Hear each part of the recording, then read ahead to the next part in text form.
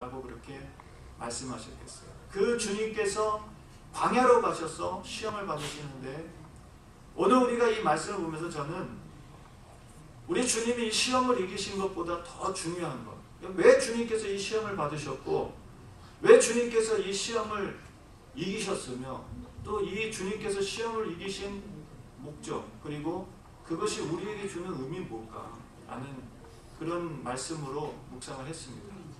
주님께서 이 시험을 이기신 건 다 아는 얘기인데, 이게 과연 나와 무슨 상관이 있는가? 주님께서 이기신 것과 나와 무슨 상관이 있는가?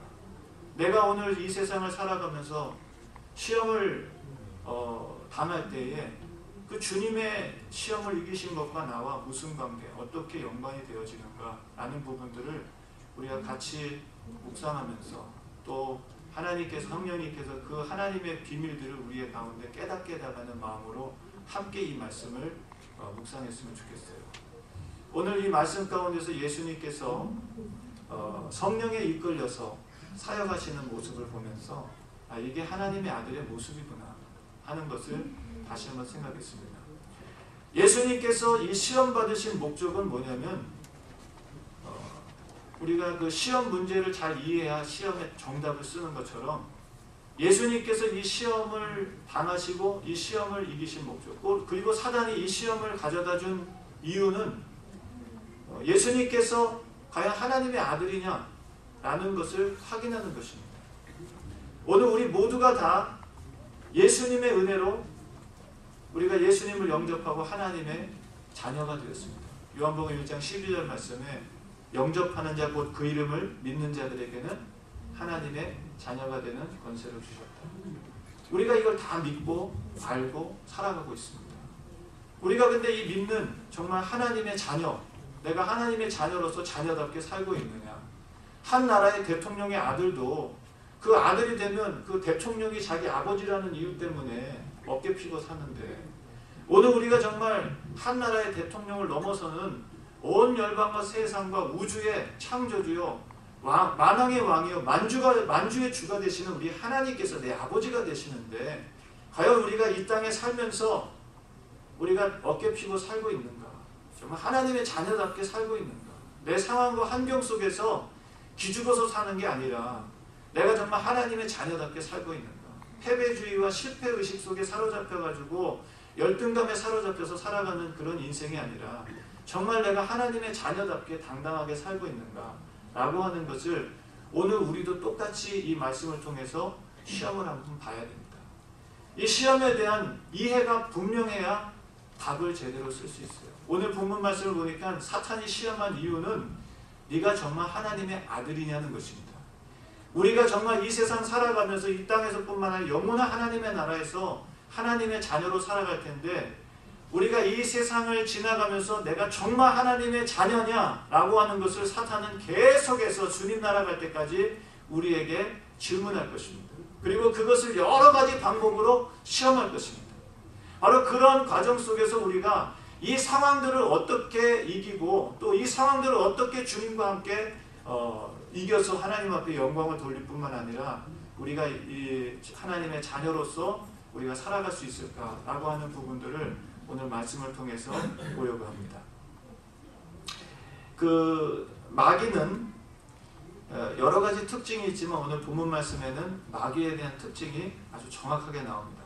그것은 4장 1절에 예수님께서 시험을 받으러 가셨고, 3절 말씀에는 시험하는 자가 예수께 나와 가로되 라고 말합니다. 그래서 사탄은 여러 가지 특징들로 이렇게 설명이 되고 있죠. 미혹하는 자, 거짓말장이, 또 살인자, 하나님 대적하는 자, 불순종의 영, 또 공중권세 잡은 자, 이런 여러 가지 이런 이름들이 있고, 타락한 천사, 이런 얘기들이 있지만, 오늘 우리가 그 마태복음 4장에서 볼 수 있는 그 사단의 특징은 바로 시험하는 자입니다.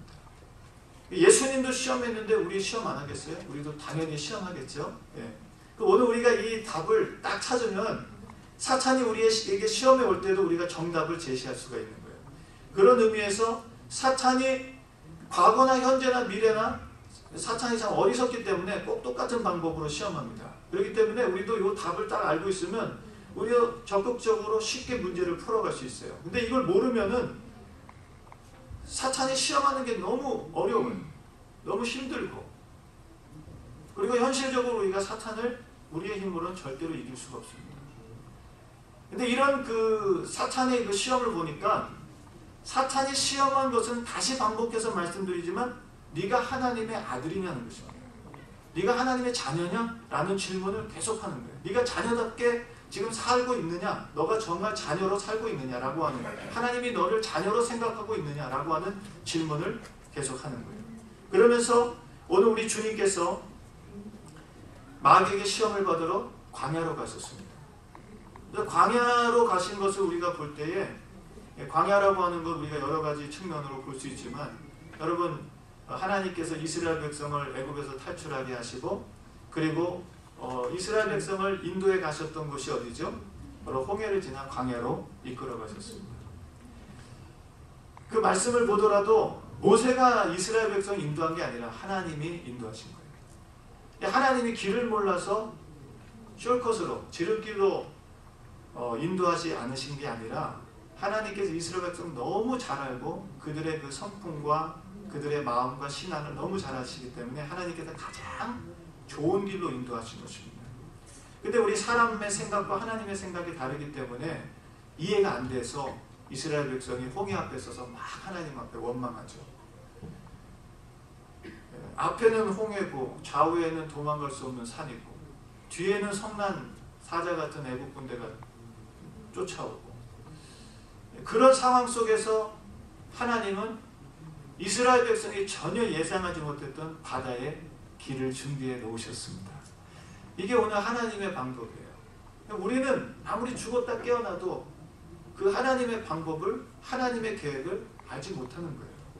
아무리 과학으로 연구한다고, 이성적으로, 논리적으로 따져본다고 우리가 과연 바다에 길을 낼 거라고 누가 상상을 하겠어요. 근데 우리 하나님께서는 우리의 생각과는 다르게 하나님의 방법으로 하나님의 일들을 처리해 가시는 줄로 믿습니다. 바로 이스라엘 백성을 이 광야로 인도하셨는데요. 광야는 사람이 살 수 없는 곳입니다. 근데 하나님께서는 광야에서 이스라엘 백성들을 살려주셨어요. 그들의 노력과 의지로 산 게 아니라 하나님의 은혜로 살게 하셨는 줄로 믿습니다. 저는 요즘에 좀 어려운 시간들을 지나가면서 광야가 이런 곳이구나 라는 것을 이렇게 피부로 절감하는 시간을 갖게 하셨습니다. 근데 이 광야는 정말 사람이 살 수 없는데 하나님이 살게 하신다는 거예요. 자, 이게 참 놀라운 일이에요. 이게 참 신비한 일이고, 아무리 생각해봐도 안 되는 일인데 뒤돌아보면 살아왔다는 거예요. 야, 이게 진짜 어떻게 이런 일이 있을 수 있을까?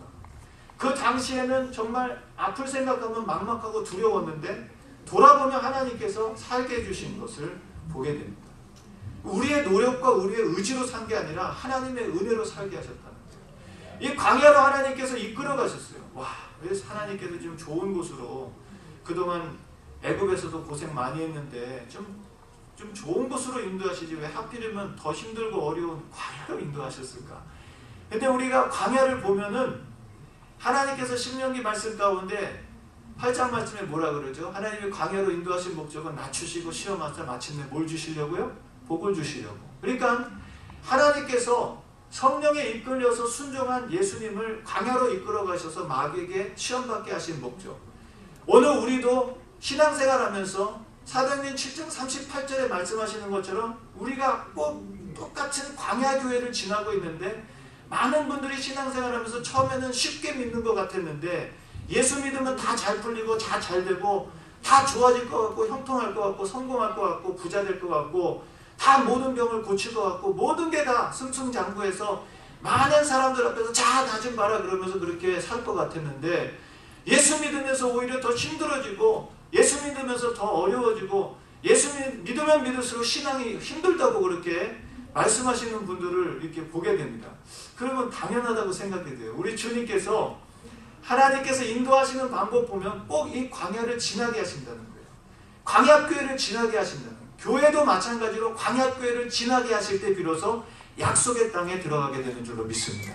광야를 지나가지 않으면 약속의 땅에 못 들어갑니다. 광야에서 죽어버리면 약속의 땅에 못 들어가는 거예요. 광야를 통과해서 지나가야 됩니다. 많은 사람들은 하나님의 그 백성들이 복받은 것을 바라보면서 나도 저런 복을 받고 싶다고 생각하지만